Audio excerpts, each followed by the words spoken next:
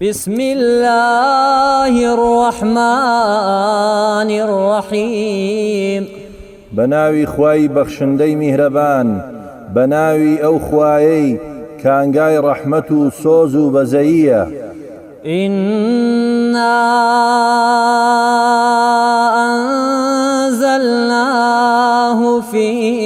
ليلة القدر ئێمە بەڕاستی قورئانمان دابەزاندۆتە خوارەوە لە شەوێکی بەفەڕ و ڕێزداردا وما أدراك ما ليلة القدر جا تۆ چوزانی شەوی بەفەڕ کامەیە و چ خێر و بەرەکەتێکە ليلة القدر خير من 1000 شهر شەوی قەدری بەڕێز لە 1000 مانگ ڕێزدار و خێردارترە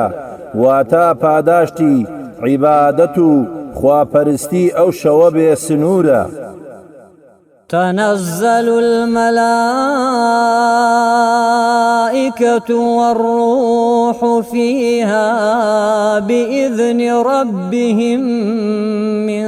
كل أمر لەو شەوەدا فریشتەکان کە جوبرائیلیشیان لەگەڵدایە دادەبەزن لەسەر ڕوخسەت و مۆڵەتی پەروەردگاریان بە جۆرەها فرمان و کار بە تایبەت بۆ سەردانی خواپەرستان بۆ سەردانی مزگەوتەکان بۆ گوێگرتن لە قورئان سلام هي حتى مطلع الفجر ئەو شەوە ئاسوودەیی و ئاشتی و هێمنی و ڕەحمەت و میهرەبانیە هەتا کاتی بەرەبەیان